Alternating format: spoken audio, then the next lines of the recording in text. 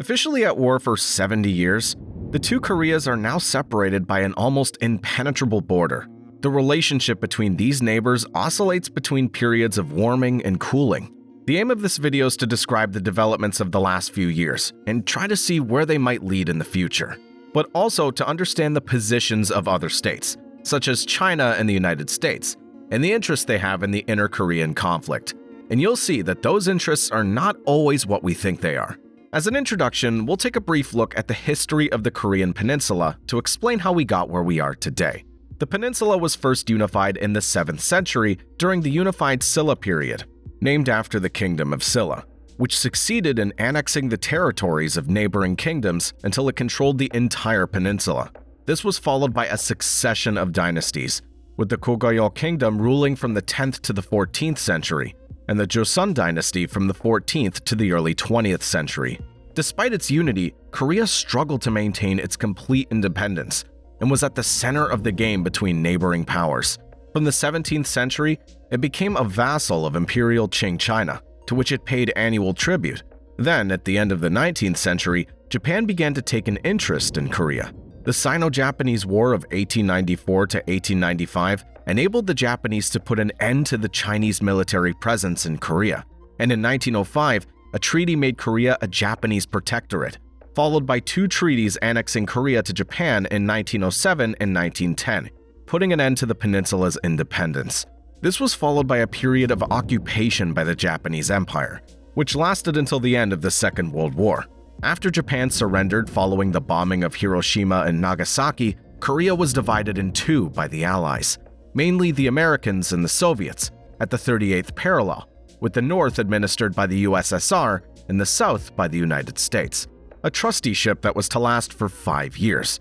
But in 1948, the Republic of Korea was created in the South and the Democratic People's Republic of Korea in the North, which went to war in 1950 for control of the entire peninsula.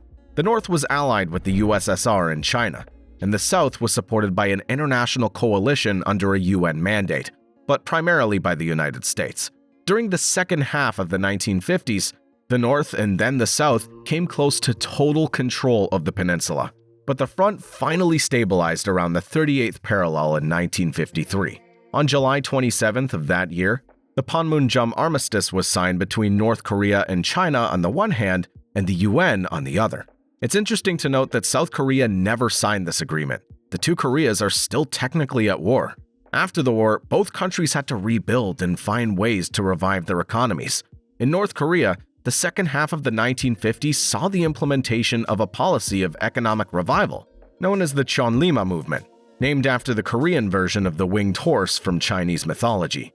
The aim was to encourage workers to give their all for the country while competing the socialist transition.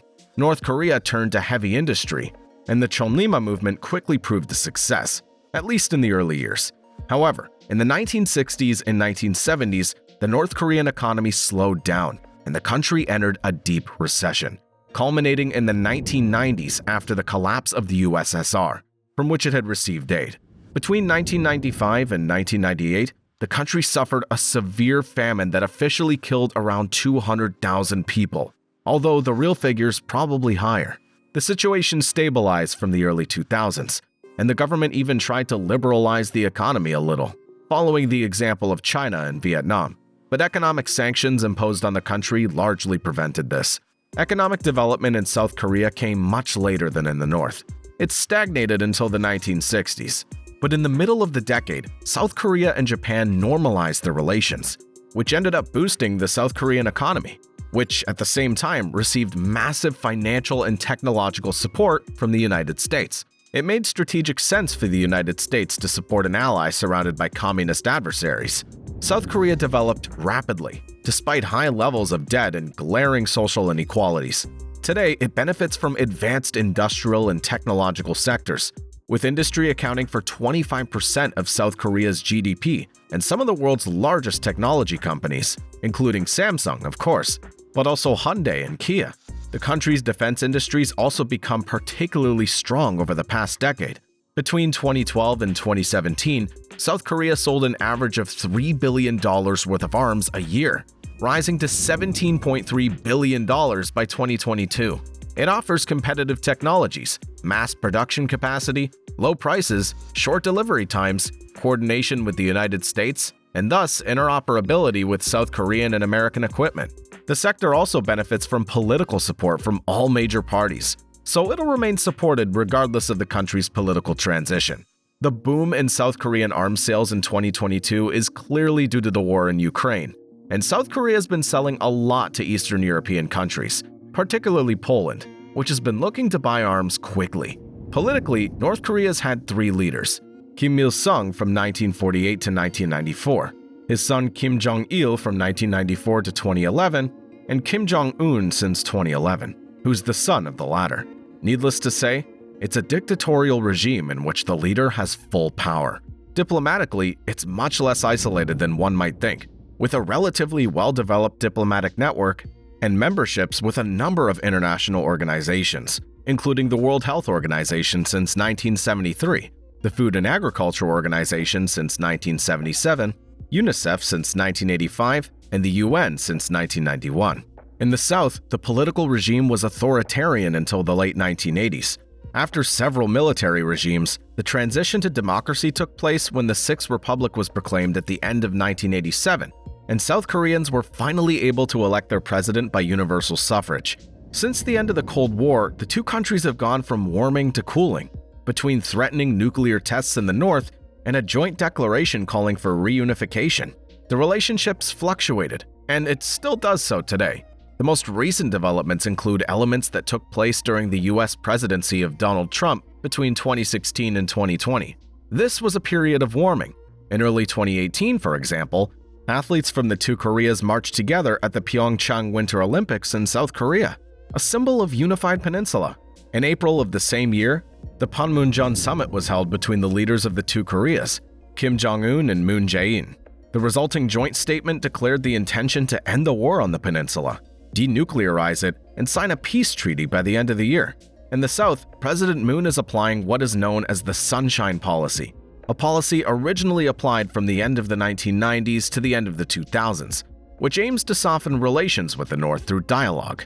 This was followed by several meetings between the North Korean leader and US President Donald Trump, including summits in Singapore in 2018, Hanoi in 2019, and a trilateral meeting between the three leaders in June 2019, during which President Trump was invited by Kim to cross the border and take a few steps inside North Korea, a historic event. Finally, there were talks between North Koreans and Americans in Stockholm, Sweden in October 2019.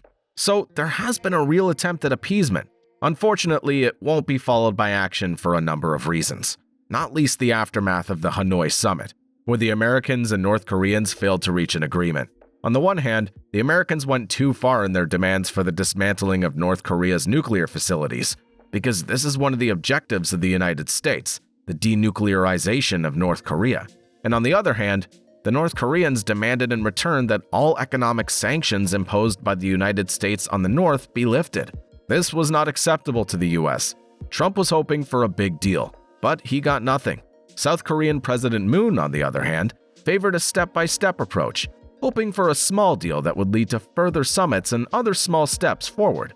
Indeed, one of President Moon's close advisors, Moon Jae-in, explained that he believed that the United States' overly abrupt approach could ultimately lead to war, whereas he believed that it would have been more appropriate for the two Koreas to move slowly towards economic rapprochement to the point where each was sufficiently dependent on the other to make war unthinkable.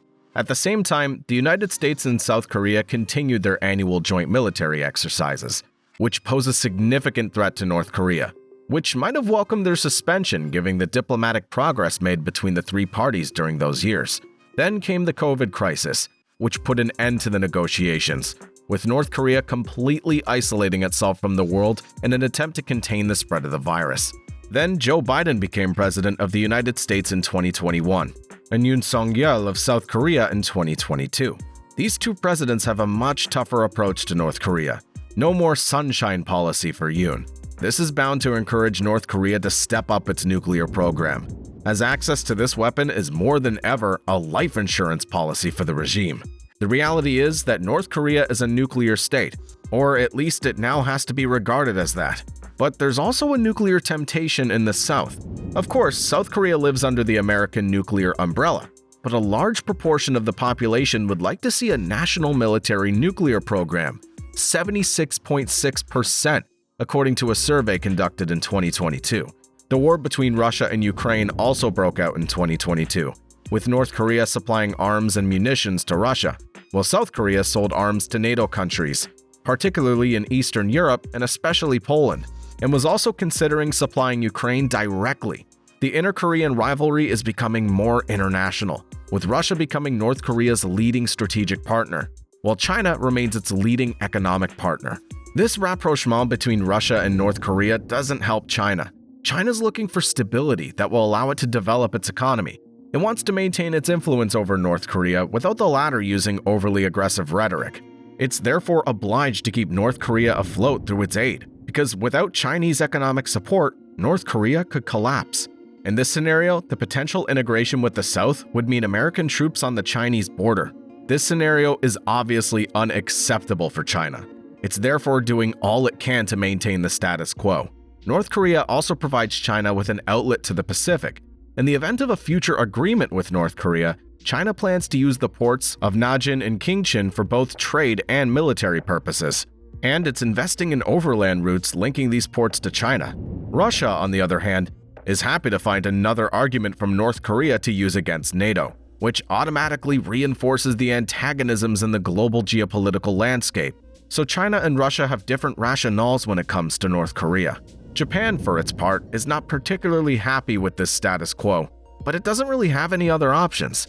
It's regularly threatened by North Korea, and its relations with South Korea, although slowly improving, suffer from the history of the Japanese colonization of Korea.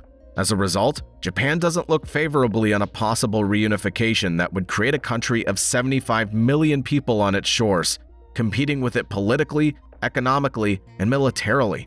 So, like China, it has an interest in maintaining a peaceful status quo, even if it's concerned about the nuclearization of North Korea. Please note that I'm talking about reunification scenarios here, but they're extremely unlikely in the short to medium term. At the end of 2023, Kim Jong-un declared that the relations between North and South Korea are no longer those of a single people, but have become those of two countries in a state of hostility or combat. We must respond quickly to a possible nuclear crisis and mobilize all physical means, including nuclear force, to speed up preparations for the great event of bringing the entire territory of South Korea under our control. So now he's talking about reunification. But as you can see, after a conflict. Finally, the United States has been trying for years to curb North Korea's nuclear program. But as I said earlier, the program has little chance of coming to an end, and North Korea must be regarded as a nuclear-armed nation, and anticipated as such. The United States has to come to terms with this reality, and the days of summits to negotiate an end to North Korea's nuclear program are over. For the United States, North Korea also represents a threat in the event of a conflict over Taiwan.